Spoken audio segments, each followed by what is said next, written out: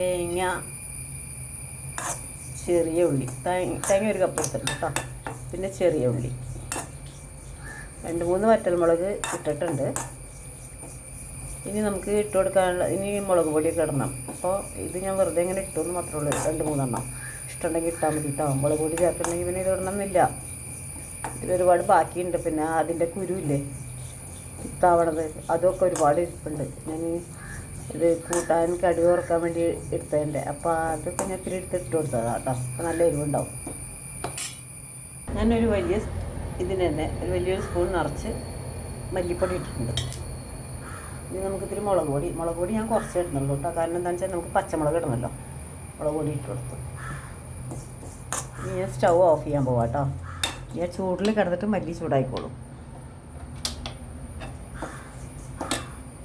ആഗോലി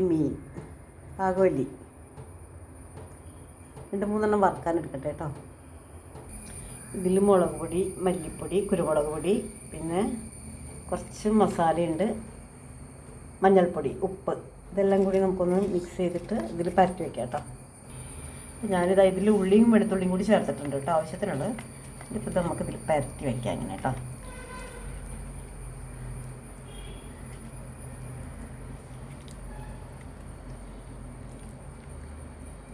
ഇങ്ങനെ എല്ലാവരിലും പരട്ടി വയ്ക്കട്ടെ.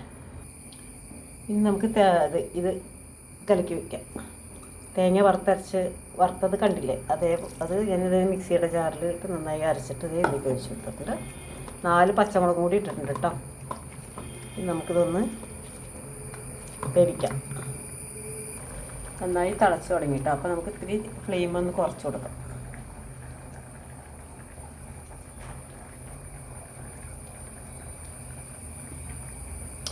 ഈ ചെറിയ ഫ്ലെയിമിൽ ഇങ്ങനെ കിടന്നിട്ട് അങ്ങനെ തിളക്കട്ടെ. കറിവേപ്പില ഇട്ട് കൊടുക്കാം കേട്ടോ. ഉള്ളി മൂപ്പിക്കാൻ വെച്ചിട്ടുണ്ട്. 2 കടുക് ഇട്ടിട്ടുണ്ട്, ഒരു പച്ചമുളക്.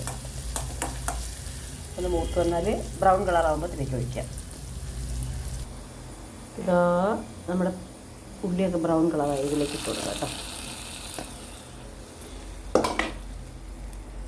അപ്പം നമ്മുടെ തേങ്ങ വറുത്തരച്ച ആഗോലിക്കറി റെഡി.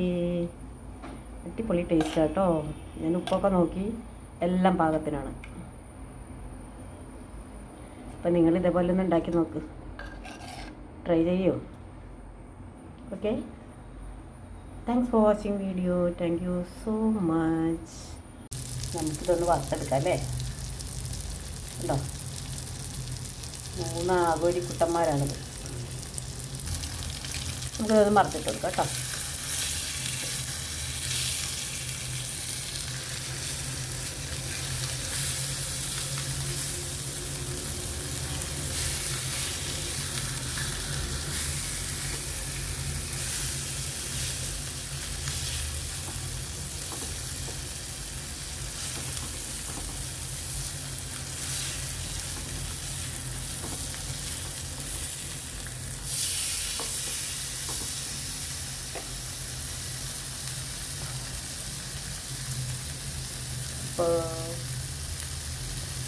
ഈ വശം കൂടി ആയാൽ നമ്മുടെ ആഗോലി വറുത്തത് റെഡി.